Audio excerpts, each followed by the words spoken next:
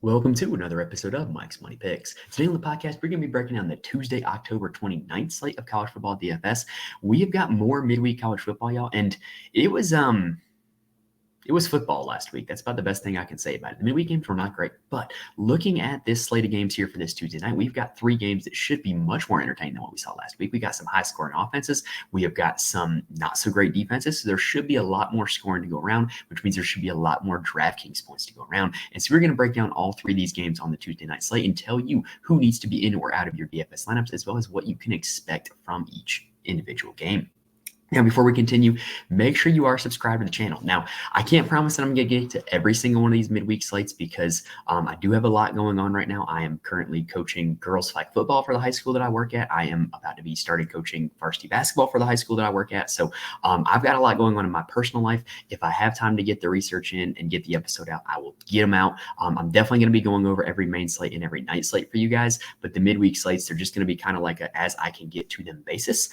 So make sure you're subscribed. That way, whatever episodes we release, you guys can be there for that. And also, we are sitting at 771 subscribers on YouTube.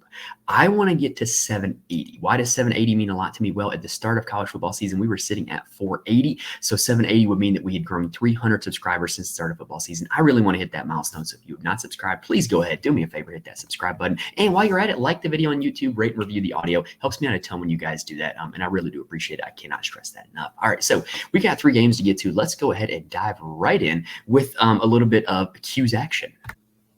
If you are new, we have been calling these midweek Conference USA games Q's action as a direct pun off of what is the best TV contract in sports, which is MACtion. And if you are not aware, MACtion starts next Tuesday, November 5th. And it's such a big deal. MACtion is the next next Tuesday, November 5th is a national holiday. Like it's a federal holiday. And so, everybody gets to take off of work because of MACtion. There's nothing else big going on next Tuesday, not that I'm aware of. Anyway, game number one, like I said, we got some Q's action going on this week, along with some fun belt action. Game number one is going to be New Mexico State taking on FIU at Pitbull Stadium, which is really cool. I'm not going to lie. It's pretty cool. FIU is 8-point favorites with a game total of 45.5 points, meaning the implied total is about 27-19 in favor of FIU. I got to be honest, I'm kind of surprised at that spread. I don't really know what to make of either of these teams from their results so far. I genuinely don't know what's going to happen in this game, but I do know that it is the lowest scoring game environment of the slate. But there are a few players that we can pick out that I do think are in pretty good spots for DFS purposes. On the New Mexico State side at quarterback, last week, Parker Awad got benched in favor of Brandon Nunez. Nunez came in near the end of the Louisiana Tech game, played pretty well, had 2 rushing touchdowns, led them to victory in overtime. He is only $4,800, and Parker Awad's only $4,800 as well. These are the cheapest starting quarterbacks on this slate. I don't think you need to play a cheap starting quarterback because I think there's a ton of value at the running back and wide receiver positions. More on that a little bit later. But if you're looking for a cheap quarterback, I do think Nunez starts. I do think that he's going to run the ball quite a bit. That's kind of what he profiled as in that game against Louisiana Tech. From what I saw when they brought him in, it was very much known he was primarily a runner. So I don't mind it as a player. A rushing quarterback at $4,800. Against an FIU defense that, if we're being honest, their strength is against the pass. They are the 5th best passing defense in the country by yards allowed per game. So I do think this is a better spot for a running quarterback than a guy who's just going to drop back 30 times. At the running back spot for New Mexico State, they do have a 2-man committee. Seth McGowan had 17 carries against Louisiana Tech. Mike Washington had 8. It is worth noting, though.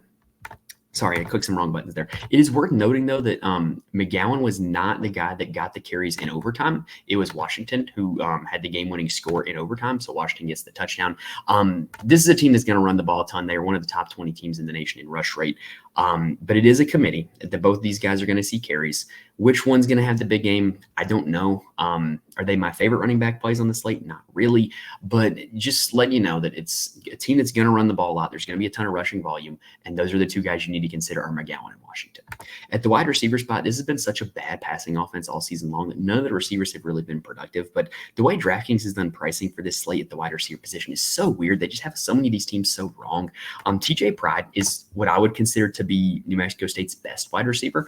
4 catches in each of the last 2 games, scored a touchdown against Louisiana Tech. I just think he's their most talented guy, and he's a true freshman. They're going to continue getting him the football. PJ Johnson, is the third most productive wide receiver on the season. He's been more consistently involved the last 2 weeks, though. $3,400 on DraftKings, not a bad salary for him. Cordell David, $3,300, is their other most consistent involved receiver. He was one of their best receivers last year. I remember playing him on a lot of these Tuesday and Wednesday night slates stacked with Diego Pavia. Those are the good old days. I played Diego Pavia every Tuesday and Wednesday night. He was on the slate. Miss you, Pavia, because I certainly ain't playing you in the SEC. Anyway, those are the three guys that you need to consider. I would not even consider anybody else. And I don't think you need to play New Mexico State wide receiver. I think there's other better receiving options that are at cheaper prices on DraftKings. On the FIU side, so Keon Jenkins has been their starter for the last year and a half, and he started out the Sam Houston game bad, and I mean bad. 1 for 9 with an interception. So he completed as many passes to his own team as the other team in that same Houston State game. So he got benched mid-game for Chaden Peary. I do hope it's pronounced Chaden. It might be Caden. I don't know. But there's a CH, so I'm going to say Chaden. Chaden Peary. He came in the second half of that game, did get a touchdown, only put up 8 DraftKings points. He's $5,400 on DraftKings. What's weird is he would have been who I would have considered to be the fourth quarterback on the depth chart, because Amari Jones came in relief of Jenkins when he got hurt 2 weeks ago, and then Jones got hurt and Hayden Carlson came in. But yet last week they went straight from Jenkins to Peary. Who's going to start this week? I have no idea. Is it a situation I'm touching in DraftKings? Probably not. I think you can just avoid those quarterbacks altogether. New Mexico State is not a bad passing defense, but they're not a great passing defense either. I think that if you're going to target somebody for FIU, it's probably somebody in the run game. The only problem is that it's a 3-man committee now. So Kajon Owens has been their guy throughout the entire season, but last week he got kind of phased out. He only had 5 carries. Lexington Joseph led the team with 10. He's been, kind of the 1B in the backfield to Kajon Owens. But Shamari Lawrence, who is this team's number 1 running back last year, had been hurt for a while, had 8 carries in that game. I probably, if I'm being honest, would want to take chances on Lawrence, knowing that he has the history of being this team's best back, knowing that he is ramping up from injury. I think it's much more likely that Lawrence takes a big share of these running back carries, more so than Owens or Joseph. They've very clearly shown that when Owens and Joseph are both healthy, they're going to be a committee. So I really think that Lawrence is the guy who has the most upside, just because what if he has, the big game? What if they decide that, hey, we're just going to give 75% of the carries with, Shamari Lawrence here in this game? At the wide receiver spot, they do have 2 receivers that I think you can target quite easily in DraftKings. Eric Rivers is their guy. He was their most productive receiver last week, especially after Peary came in. He did catch the touchdown. Basically, in the last 2 games, Rivers has still been really good, even though FIU has been rotating through these backup quarterbacks. He's been super consistent, over 13 DraftKings points in each of the last 6 games. He is probably one of the best receiver options on the slate. Dean Patterson is also a good receiving option, but he has not had the success that Rivers has when the backup quarterbacks have been playing. All his best games were when their starting quarterback, Keon Jenkins, was the starter. So if Jenkins is back, I do think that would definitely benefit Patterson a little bit. Their third receiver is Nazevia Burris. He was not productive last week against Sam Houston at all, though, but he has some big games in the game log. He's only $3,400. I wouldn't mind taking a crack at him as, kind of like a fade on Eric Rivers. But here's the thing with Eric Rivers. I think he's absolutely one of the best receiving plays on the slate. I think he's a little quarterback agnostic. I do think he's going to be highly owned, but I don't really think that matters. He's definitely going to be a guy that I'm going to be getting to in my lineups. All right, so that does it for game number 1. Let's take a quick breather, and then let's go to game number 2. Now, before we continue, I do want to mention there are places where you can get more information from me. You can follow me on Twitter at Mike's Money Picks. I'm more than happy to answer any questions if you reach out to me on Twitter. I'm also kind of doing all show updates through Twitter as well. So any kind of updates that you may be wanting or asking for, you can get those on Twitter. I'm also in the Fantasy Corner Discord. Link is in the description on YouTube as well as on the audio feed. Fantasy Corner Discord is a place of a lot of really good, really smart people who play DFS for a lot of different sports. We're constantly in there talking strategies, lineups, plays for college football, NBA, every other sport. College basketball is going to be back soon. That's a big one in there. And basically, if you're looking for people to talk DFS with, it is a great place to go. There are also some people in there who do a really good job of finding out injury information. Shout out to you, Duck. That post it in there and keep everybody in the loop of, who's in, who's out, and it really helps you make those lineups, especially if you don't want to do all that work on your own. And lastly, if you want to know who actually makes my DFS lineups for every single college football DFS slate, head on over to the Patreon, patreon.com/Mike's Money Picks. I will be posting my core plays for every single slate, regardless of if I have an episode out or not. So if you're sitting there thinking, well, dang, Mike didn't have a Friday episode this week, who's he playing? Head on over to the Patreon. You can find that out on there. All right, let's go ahead and continue with game number 2, which to me is the most interesting game on the slate. It's in the Fun Belt. We have Louisiana taking on Texas State. Texas State is 3.5-point favorites with a game total of 59.5 points. This is the highest game total on the slate. The implied total is 32-29 in favor of Texas. Actually, I did my math wrong there. Hold on. 31-28 in favor of Texas State. Imagine that, a high school math teacher messing up math. 31-28 in favor of Texas State, which does make them the highest projected team total on the slate. And believe it or not, it actually has Louisiana tied for the second highest team total on the slate. And Louisiana is a team that is they got some upside in some of these guys in DFS. Ben Woolridge is a guy that's $8,000 at the quarterback position, but I understand why you would want to pay for him. He's had 3 games this season over 30 DraftKings points. He very clearly has the upside to get to 300 passing yards. He has 5 rushing touchdowns on the season, so he has a little bit of rushing upside. He doesn't have any big yardage totals on here, but he clearly is used in the red zone as a runner. So I think there's a ton of upside to play Ben Woolridge at 8,000. I really like the idea of playing both sides of this game and absolutely thinking that it's going to shoot out. At the running back position, it is a slight committee. Bill Davis is the leader, and then Jaylen Washington is second. Bill Davis at $4,500, I think, is a bargain. Against Coastal Carolina, which was a pretty close game. He had 19 carries, also had 6 catches as well for 31 DraftKings points, and he only scored 1 touchdown in that game. So this is a guy that I think when games are close, they're going to look to get the ball in his hands a little more. $4,500, I think that's a super reasonable price tag. Washington is his committee mate, and I got to say, I've said this about Tuesday and Wednesday night slates before and in other small slates. If I'm going to be playing a team's RB2 on a small slate, that can be a profitable venture. It can really work out for you. I generally prefer to do it for teams that have higher rush rates, though. And this is a team that's a little more balanced. They will run it and throw it. Washington is going to probably get between 7 to 10 carries because that's generally what he does. But I don't necessarily think he's the best RB2 play on the slate. And honestly, too, I think that this Texas State defense, they're kind of balanced. They give up about 200 passing yards per game, which is slightly better than average. They're really average in the rushing department. So I do think you can attack this Texas State defense either way. At the wide receiver position for Louisiana, they have 2 guys that are very clearly the top receivers, but they're not really priced like it. So Terrence Carter is their best wide receiver by far. Back-to-back games over 23 DraftKings points, I should say.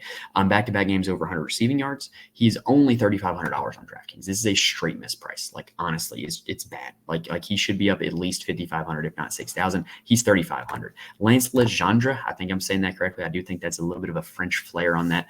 He is their second best wide receiver. He is $4,000 on DraftKings. He's still a little bit of a misprice, but I would just rather play Carter. And I'm going to be honest, when I started building some lineups out for this slate, if you play Terrence Carter, you really have a lot of room to play pretty much anybody else that your heart desires.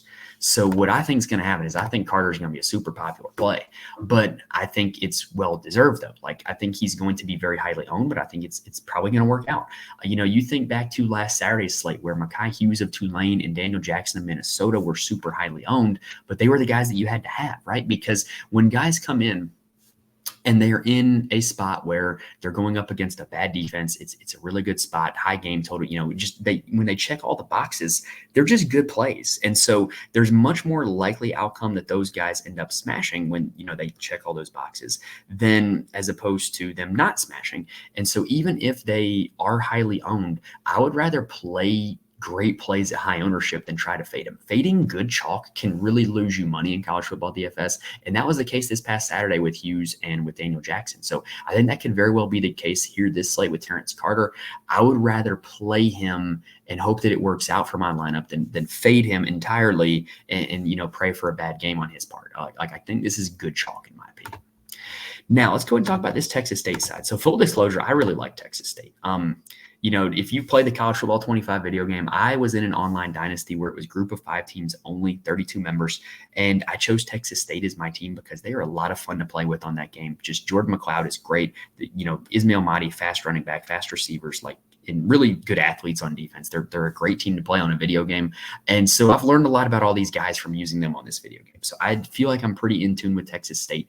This is a team that does dumb stuff, though. They turn the ball over a lot. They have a lot of fumbles for whatever reason. but they are going to be a high-flying offense. They play at a very fast tempo, and this game environment is going to be great. Jordan McLoud is quite obviously the top quarterback play on the slate. He is $9,300, but like I said, if you were able to go down and play one cheap receiver like Terrence Carter, you can really fill out the rest of your lineup however you want. McLeod is a guy that you can do that with. He's had 5 games this season over 30 DraftKings points. His only game under 23 was against Old Dominion last time out, and that game was just like a surprising slugfest because Old Dominion played a backup quarterback that all he does is run. And week 1 against Lamar, against an FCS opponent, he was benched at halftime with 23 DraftKings points. Every other game he's been over 30. So Jordan McLeod, just absolutely great play in my opinion. Louisiana does only give up 166 passing yards per game, but they haven't exactly played prolific passing offenses. I think McLeod is still quite clearly the best quarterback play on the slate. If you were to ask me, hey, who's going to end the slate with the most points at the quarterback position, it would be Jordan McLeod. At the running back spot, Ismael MTI is one of the slate's true workhorses. Back-to-back games, he's had 25 carries against ODU, 17 against Arkansas State, put up 19 DraftKings points in both of them.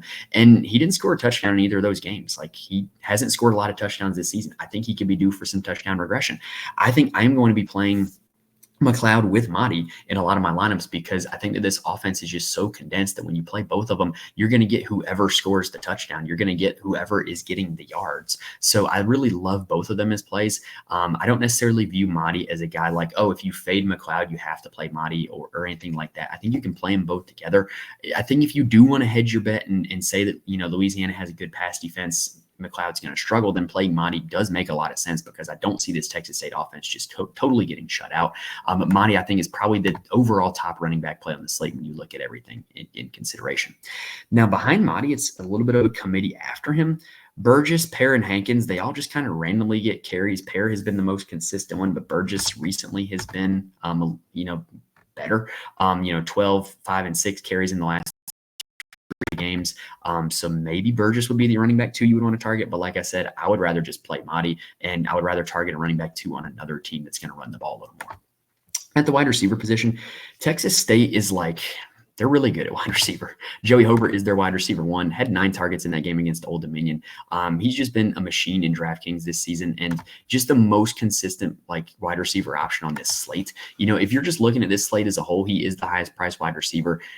He's not exactly like a huge ceiling game guy, but he's so darn consistent. I think if you're playing cash games in DFS, he's got to be in all your lineups. If you're playing GPPs, I absolutely think he's a great stacking partner with McLeod.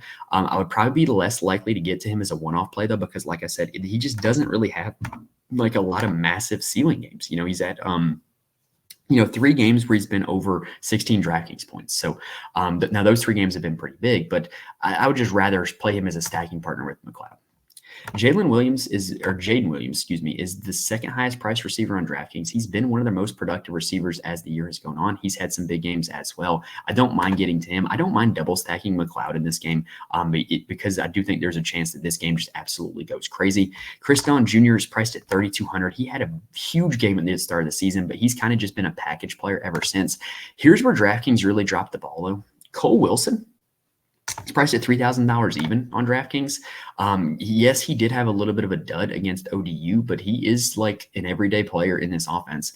Did score touchdowns in 3 straight games before the ODU game. He's $3,000. That's just bad on DraftKings part. He should be absolutely up at $5,000-ish, in my opinion. I think that he's probably going to be pretty popular because of that misprice, even though I do think people would rather play Terrence Carter because Terrence Carter has had a more productive season than Cole Wilson. But if you're looking to stack up Jordan McLeod, playing McLeod, Hobbert, and Cole Wilson together, you can really play whatever you want with the rest of your lineup because Wilson's going to give you a ton of salary relief. Last guy I will mention, Bo Sparks, is kind of like a big play guy that just comes off the bench and randomly makes plays. If you're playing enough GPPs, I don't mind taking a shot at him at $3,000 even. All right, last game of the night, we've got Louisiana Tech heading to play Sam Houston State. Sam Houston is 10-point favorites with a game total of 46.5 points, meaning the implied total is about 28-18 in favor of Sam Houston. For Louisiana Tech, Evan Bullock is continuing to start. I'm pretty sure he's a freshman. Yeah, I think he's a freshman. He had a huge game against Middle Tennessee, but it's been kind of quiet since. But the passing volume has been there ever since he's been a starter. 37, 25, 41, and 30 pass attempts. This is an offense that's going to throw the ball quite a bit. He has like zero rushing upside, though. He has one rushing touchdown, but he has negative rushing yards on the season. Really, I think the upside for playing Evan Bullock is the fact that you look 2 games ago, Western Kentucky threw it all over Sam Houston. I think that Sam Houston's strength is in defending the run. I don't think they're a great pass defense.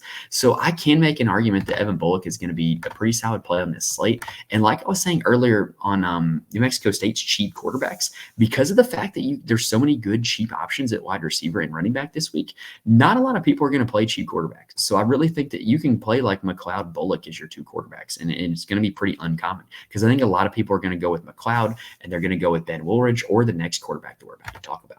At the running back position for Louisiana Tech, it just continues to be a mess.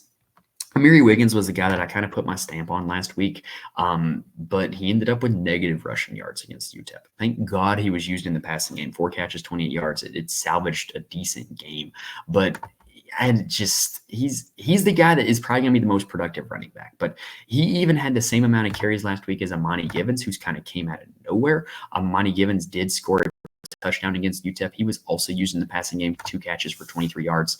Both of them are supremely cheap. Marquise Crosby's been pretty much phased out. Davenport's not playing. Robertson's been phased out. So really, I would just be considering Wiggins and Givens. And I don't know. I don't think you have to play either of them. Like, they're cheap. They're going to get probably 6 to 10 carries. But I just don't really have a whole lot of confidence in them because another added variable is that Jimmy Holiday, the wide receiver, is stealing carries from them also. He had 6 carries last game for 18 yards. That actually brings his total up to 13 carries in the last 3 games. And oh, by the way, he also just so happened to catch 6 passes for 93 yards last week too. He's priced at $3,000 even on DraftKings. So this is a guy who is supremely cheap, a supremely good $3,000 even play. And so that gives us like 3 guys between Holiday, Carter, and Wilson who are priced $3,500 or below, who I consider to be absolute misprices and are extremely good plays. And really just playing 1 or 2 of them is going to give you freedom to do whatever you want with the rest of your lineup. What is also a supreme misprice is Louisiana Tech's wide receiver 1, True Edwards. True Edwards has had at least 5 catches in the last 5 games. He has been double-digit DraftKings points in 4 of those 5 games, 2 of which have been over 27 DraftKings points. This is this team's wide receiver 1, massive target share, huge upside. Like, he's only $4,300. I think that's a blatant misprice. I think he should be much closer to the top than that. I think he should be about in the Eric Rivers range at about 6,100, but he's 4,300, and it just makes no sense to me. So I really think that True Edwards is going to be a popular play here in this slate. And like I said, if you just go down and play somebody down there, you can do whatever you want with the rest of your lineup. And True Edwards is going to be a guy who allows that. So I think he will be supremely popular because he is a misprice. And really, I'm being honest, like, I'm only considering Edwards and Holiday from this receiving room. Solo Lewis had a random big touchdown last week. Maryland Jackson's been the wide receiver 2 all season long, but he was a dud last week. I'm really just, I think you can just narrow it down to Edwards and Holiday and be okay from the Louisiana Tech side. On the Sam Houston side, Hunter Watson did not play last week. Jace Bauer did, and he struggled offensively against FIU. Only 76 passing yards, 72 rushing yards, did not account for a touchdown. He was not great. Hunter Watson's much better. He's going to be the starter here again this week. At least that's what everybody has indicated so far. This offense will be much better because Watson is the starter. Watson does have a decent amount of upside. I think he's a little bit overpriced personally, but I do think that there's a very compelling case to be made that he's probably the quarterback 2 on this slate behind Jordan McLeod. At the running back position, this is a team that loves to run the football. They will run it a lot with Hunter Watson, but at the running back position, they are going to run the ball quite a bit. This is a misprice on DraftKings part as well. DJ McKinney actually led the team in carries last week. He's been a running back too that we have been playing on these midweek slates for quite a while now, and he's an explosive player. He's good. Like, I think just watching the games, I think he's their best running back, like personally. Like a lot of people who do content for college football DFS like this don't actually watch the games. I've got the YouTube TV multi-box on these Tuesday, Wednesday nights. I'm always watching these games. And he, to me, looks like the best Sam Houston running back. And he's only $3,800 on DraftKings. Now, don't forget about Jay Ducker, though. He did have 10 carries last week. So it was 12 to 10. So like a 55-45 split in favor of McKinney. So Ducker's not just entirely out of the game plan, but I do think that McKinney is starting to take the reins. And then John Gentry was their starter at the start of the season, was did not get a carry last week, but did catch a catch out of the backfield. If Gentry's back, that just kind of throws a wrench into things. But like I said, my favorite is definitely going to be McKinney in this backfield. You don't have to play any of them, though, because like I said, the glory of it is you can play all the expensive running backs you want if you're able to just play one or two of those cheap receivers. Speaking of receivers, Sam Houston is a team that I generally do not target a lot of receivers from because they just don't throw the ball a whole lot.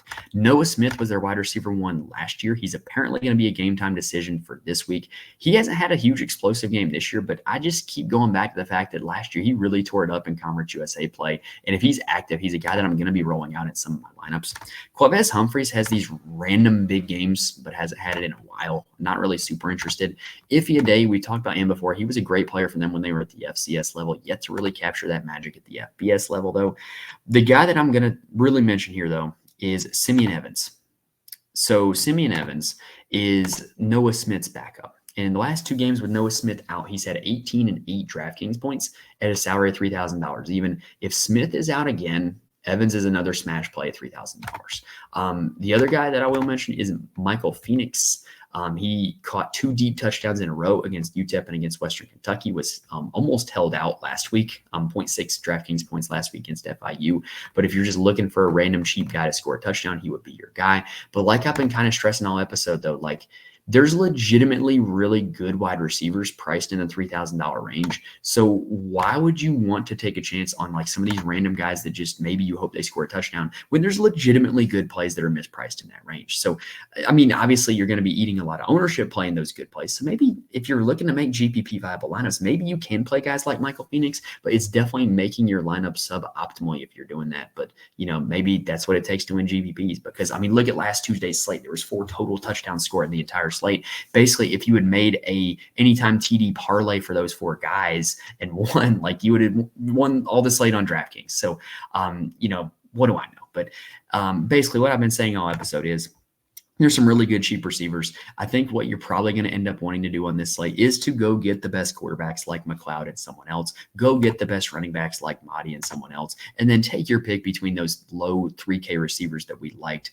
like Terrence Carter, like Cole Wilson, like True Edwards. I believe there's another one that I missed, like Jimmy Holiday. Like just take your chances on those good, cheap wide receivers, mix and match them up, and then pay up wherever you want to for the rest of your lineup.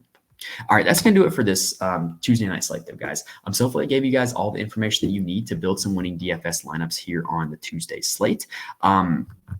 Hopefully we end up, you know, helping you guys build some winners. If this episode helped you out in any way, please hit the like button. It really does help me out a ton when you guys do that. But other than that, we're going to go and get on out of here. Like I said, no promises on any of the rest of the midweek slates. I was really hoping DraftKings would have the Wednesday slate out tonight so I could go ahead and just double dip and do both Tuesday and Wednesday on the same night. But alas, they don't have them out yet. So anyway, no promises, but if you're subscribed to the channel, you will be able to know when those episodes do in fact drop. And we will definitely be covering the Saturday main slate. That episode is scheduled to come out Tuesday night. We will definitely be covering the Saturday night slate as well, Thursday or Friday night, depending on how my schedule works out. But that's going to do it here, guys. Thank you guys for watching and listening to this point. Best of luck to you guys on the Tuesday night slate. Enjoy some midweek football. It's 1 week until Maction. So enjoy the last week of Q's action. But that's going to do it for us, guys. Thank you guys for watching and listening. Best of luck to you, and I'll see you next time.